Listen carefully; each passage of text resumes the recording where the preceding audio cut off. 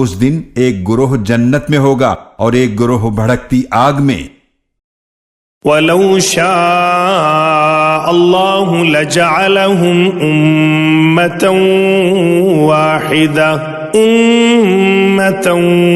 وَاحِدَةً وَلَكِنْ يُدْخِلُ مَنْ يَشَاءُ فِي رَحْمَتِهِ وَالظَّالِمُونَ مَا لَهُمْ مِنْ وَلِيٍّ وَلَا نَصِيرٍ۔ اور اگر اللہ چاہتا تو یقیناً انہیں ایک ہی امت بنا دیتا، لیکن وہ جسے چاہتا ہے اپنی رحمت میں داخل فرماتا ہے، اور ظالموں کے لیے نہ کوئی دوست ہے اور نہ کوئی مددگار۔